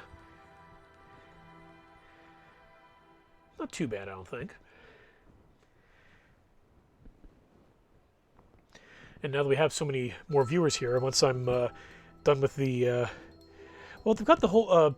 answering WJ before I continue with what I was about to say. It's not so much directly a Plague Doctor reference, but the entire squad is all about crow skulls. So they're all wearing those kind of masks, and since that's what the bird skulls, what the Plague Doctor masks were based off of... Oh, thank you, Kira. That's very, very kind of you. Yeah, I'm definitely going to... So we have a bunch of more people here now. I'll happily show you guys some of the other ones I've done. The rest of my Corvus Cabal is currently at the store. So... Can't show you those, but I do have a couple other pieces here I can show you.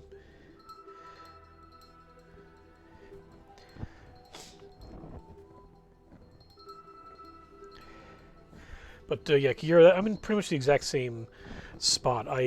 Towards the beginning of the year, I saw we were actually going through and repricing everything because we wanted to make sure we had everything set at the map that GW allows, so we can give people better breaks and really kind of not so much fix our miniatures because we have a really solid miniatures following at the store, but just kind of really elevate what we were doing with it.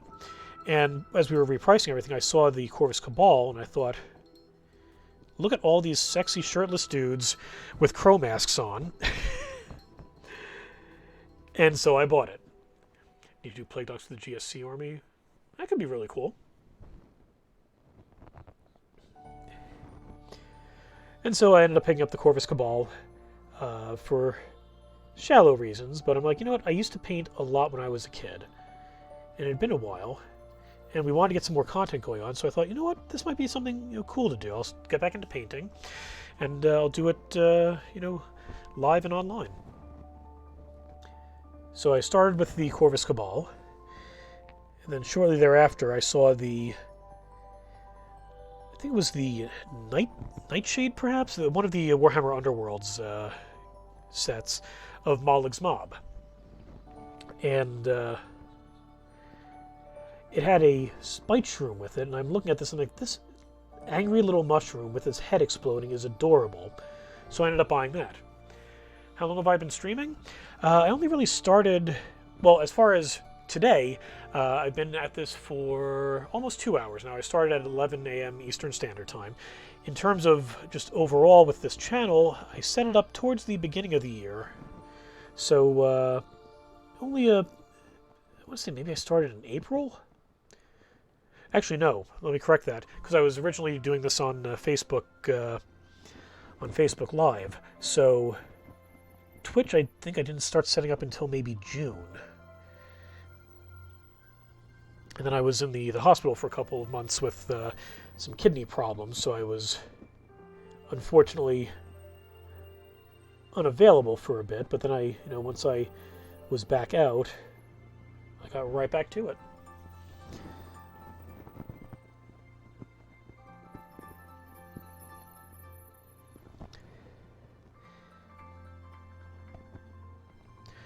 But yeah, so I started off with the Corvus Cabal at the beginning of the year, and then moved into Malig's Mob just for the Spite Shroom.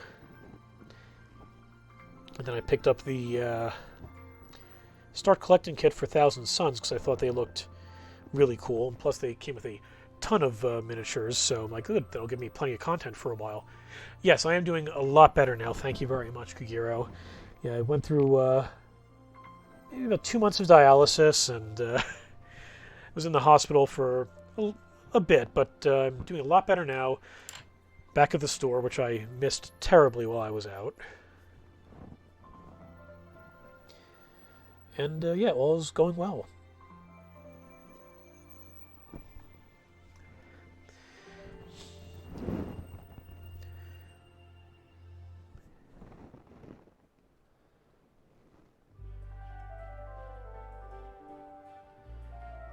Okay.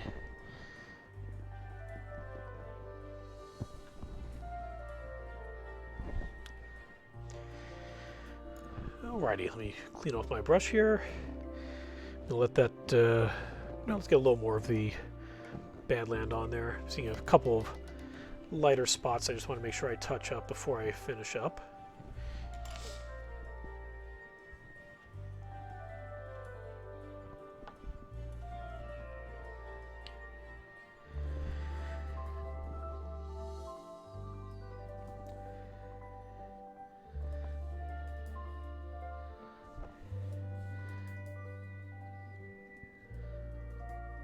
Okay, I think that looks a bit better.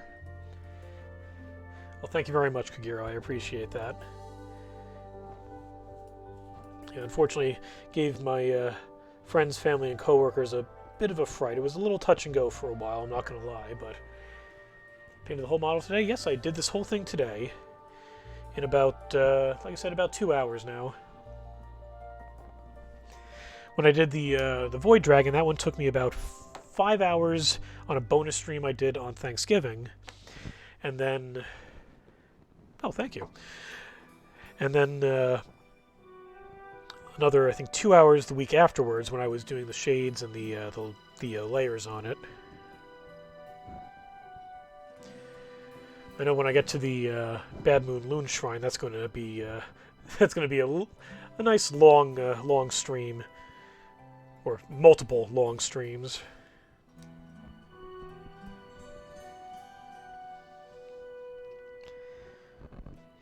It's funny, the Bad Moon Loon Shrine is really the first piece I had ever seen that I was like, oh my god, I need to get back into miniatures for this.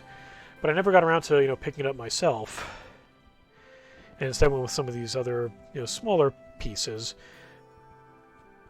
Also with just the idea that maybe I can, get around to, if I got the urge, I could play with them later on, whereas, the other one was just terrain. A few too many hours.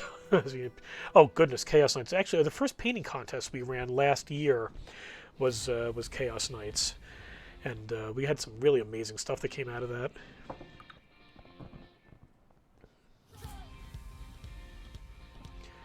But you know, Lewis and Chris have been trying to get me into actually playing instead of just painting, so let's see the links. Oh yeah, absolutely, definitely go ahead, put up a link to Instagram.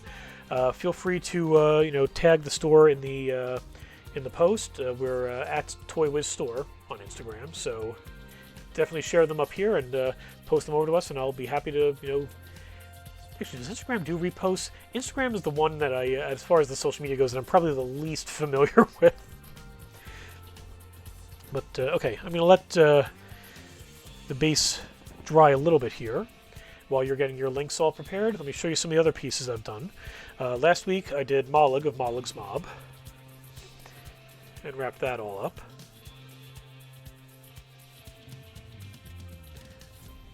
I also post you know, still images of these guys up on our Facebook page. Again, facebook.com/ToyWizCollectibles. And there goes Pixie again. And then the rest of them, unfortunately the Spite Shroom is at work on my monitor there, so I can, you know, have a little bit of fun while I'm there.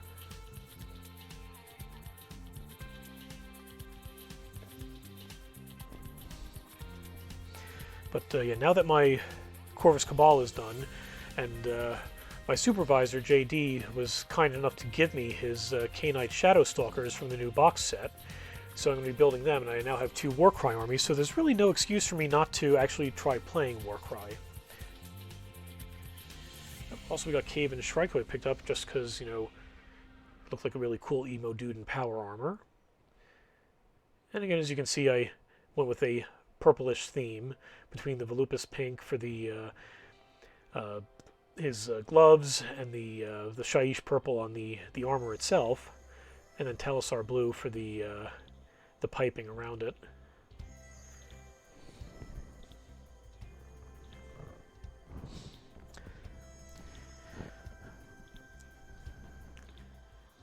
You know, I'm starting to wish I'd take a little more time on this thing, because now I'm feeling like I don't want to wrap the thing up. I guess we can continue with a little bit of discussion. Oh, yeah, let's, can't wait to see it. Oh, wait, okay, I'm guessing from the stars that probably did block it. Yeah, can you whisper that over to, I guess either me or to Dr. Red? Or actually, let me see if I can get, I'm still getting used to this whole streaming thing. Let me see if I can adjust from here whether or not the links show up.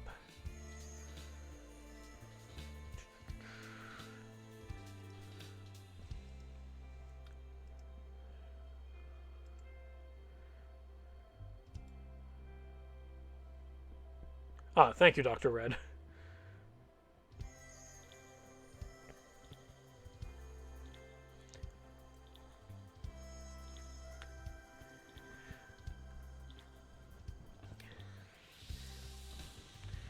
You know, let me see if I can get that open, and maybe I can post the picture up here in the stream, so it'll be a little easier for people to see what you've got there.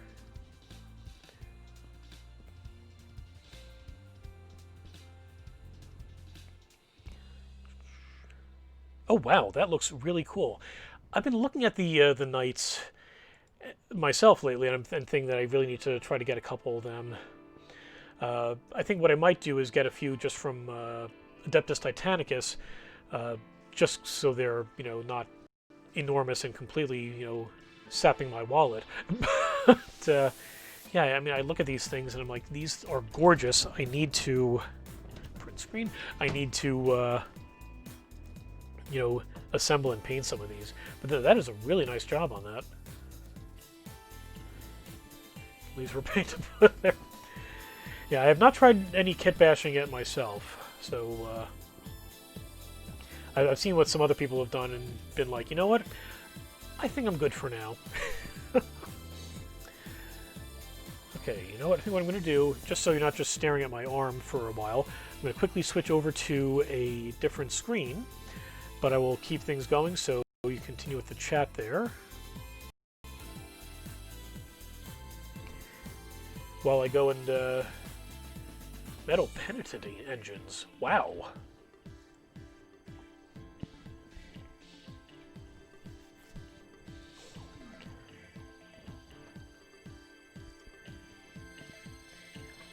Okay. Working on getting that picture together so I can share that with everyone who's watching. Or anyone who watches, rather, with the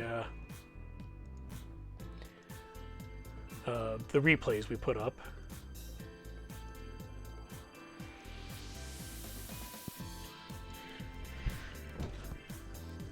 Probably just sapping all of the energy from my computer between the stream going on and now opening up Photoshop.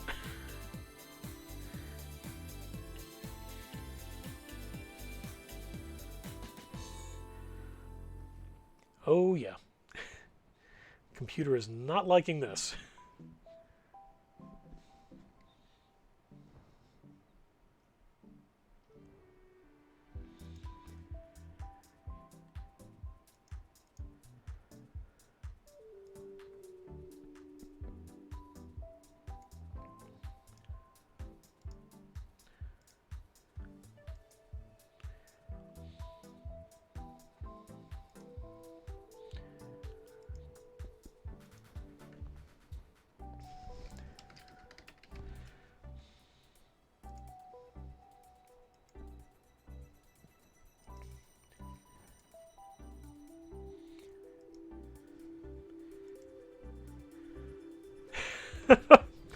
Now I've had this computer for probably about 12 years now, and it's been working still pretty solidly. It's only recently started to kind of slow down, but I guess it's to be expected. Can't expect these to last forever.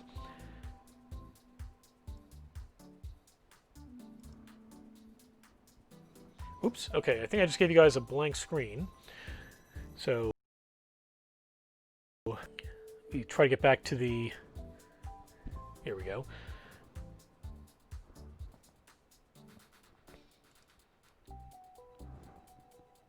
Twitch bucks. Well, I don't have any Twitch bucks yet.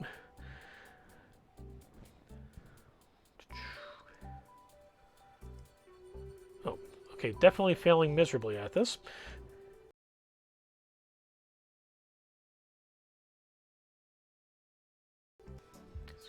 Pop back to this, and then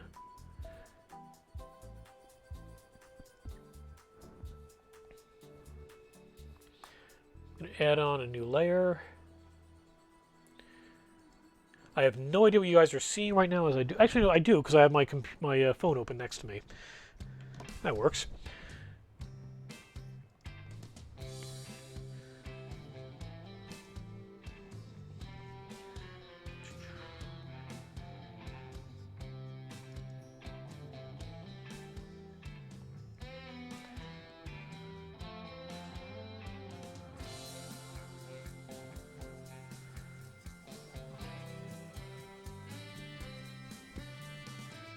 There we go. But yeah, that looks amazing.